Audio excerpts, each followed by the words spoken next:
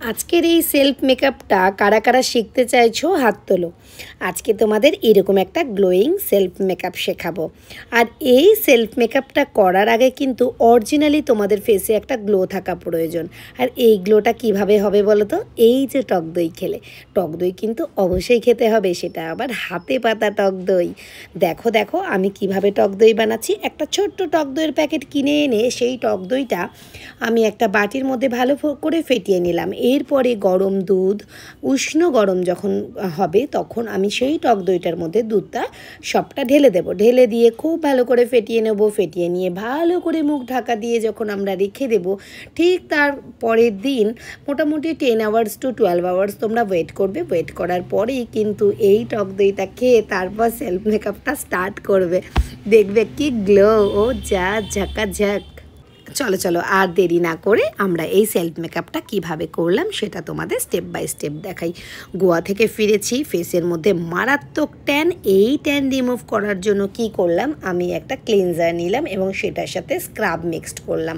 Cleanser আর scrub দুটো একসাথে mix করে খুব ভালো করে ফেসের মধ্যে রাফ করছি এবং ট্যান রিমুভ করার চেষ্টা করছি। ট্যানটা বেশ রিমুভ হয়ে গেছে, দেখতে পাচ্ছ নোজ টোজগুলো একদম চকচক করছে। এরপরে আমি লাগিয়ে ফেললাম টোনার। টোনার লাগানোর পর আমি একটু ওয়েট করে গেলাম আমার স্কিনে এই টোনারটা অ্যাবজর্ব করার জন্য। এরপরে আমি যে ময়শ্চারাইজারটা ইউজ করেছি এটা তোমরা সবাই ইউজ করতে পারো। এটা সেটাফিলের ময়শ্চারাইজার, দারুণ ময়শ্চারাইজার। ময়শ্চারাইজারটা ইউজ করার পর ফেসের মধ্যে একটু গ্লো আনার জন্য আমরা কিন্তু এই হাইড্রেটিং স্প্রেটা ইউজ করতে পারি। এই হাইড্রেটিং স্প্রেটা তোমরা নিজেদের পছন্দ মতোই চুজ করতে পারো। এটা একদম কম দামের মধ্যে এরকম একটা হাইড্রেটিং স্প্রেও তোমরা পেয়ে যাবে।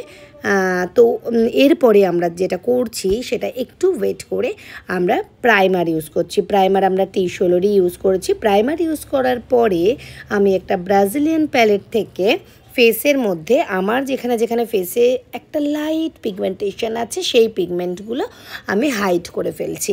হ্যাঁ, ফেসের মধ্যে কিন্তু তোমরা চেষ্টা করবে অরিজিনালি একটা গ্লো আনার জন্য। তোমার ফেসে যদি অরিজিনালি একটা গ্লো থাকে তাহলে কিন্তু একটা লাইট মেকআপেও তোমাকে দেখতে আরও সুন্দর লাগবে। এটা মাথায় রাখবে। যখন তোমার ফেসটা অরিজিনালি একটা গ্লো থাকবে, একটা, আমি এটা বলছি না যে ডার্ক স্কিন বা ফেয়ার স্কিন, সেটা নিয়ে আমি বলছি না। হতেই পারে তুমি ডার্ক, কিন্তু ফেসে একটা কিন্তু গ্লো থাকতে হবে। এই যে কনসিলার প্যালেটটা ইউজ করলাম, আমি একটা শেডই কিন্তু ইউজ করলাম। কনসিলার প্যালেট ইউজ করার পরে আমি হুডা বিউটি টিএল পাউডার দিয়ে ফুল ফেসে মেকআপটাকে সেট করলাম। আমি কিন্তু ফাউন্ডেশন ইউজ করিনি, তারপরেও ফেসটা দেখতে পাচ্ছ দারুণ লাগছে। একটু ব্লাশার ইউজ করিনি, খুব অল্প করে ব্লাশারটা ইউজ করব। ব্লাশার ইউজ করার পরে আমি হাইলাইটার ইউজ করব। সেটা অবশ্যই আমি ম্যাকের হাইলাইটার ইউজ করতে ভীষণ ভালোবাসি। সত্যিই আমার ভীষণ প্রিয় হাইলাইটার ম্যাকের ও ডার্লিং সফট অ্যান্ড জেন্টলি, যে কোনো একটা শেড তোমরা নিতেই পারো। নাও হয়ে গেল আমার হাইলাইটিং করা। এরপরে আমি যেটা করব সেটা আমি ল্যাশ আর কি মাস্কারা লাগাবো। ল্যাশেসগুলো আরেকটু হাইলাইট করার জন্য, আরেকটু সুন্দর দেখানোর জন্য আমি মাস্কারা ইউজ করব। তোমরা কিন্তু ল্যাশ ইউজ না করে মাস্কারা ইউজ করতেই পারো। ফরএভার 52 মাস্কারাটা সত্যি দারুণ মাস্কারা। যদি নিজেকে সেলফ মেকআপ করতে চাও তাহলে ল্যাশ অনেক সময় ইউজ না করে তোমরা মাস্কারা কিন্তু ইউজ করতেই পারো। আমি হালকা করে একটু হাইলাইটার আমার হাত দিয়েই আমি লাগিয়ে ফেলাম, ফিঙ্গার দিয়ে লাগিয়ে নিলাম। ঠিক আছে, আমি কিন্তু ব্রাশ ইউজ করিনি, ফিঙ্গার দিয়ে আমার মনে হলো যে এটা বেশ সুইটেবল।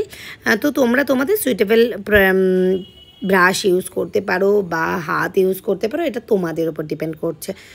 দেন আমি একটা ফিক্সার ইউজ করব যেটা রয়েছে রিকর্ডের। এই ফিক্সারটা দারুণ গ্লোয়িং একটা ফিক্সার। এই ফিক্সারটা সত্যিই দারুণ সুন্দর। এই ফিক্সারটা আমি আজ ইউজ করে ফেললাম। ইউজ করার পরে আমি শুরু করে দিলাম আমার ক্লাস করানোর আগে আমাদের এই একটা সেলফ মেকআপ হয়েছিল, যেটা নাকি আমি তোমাদের সাথে শেয়ার করলাম। টাটা, বাই বাই, খুব ভালো থেকো, সি ইউ, লাভ ইউ।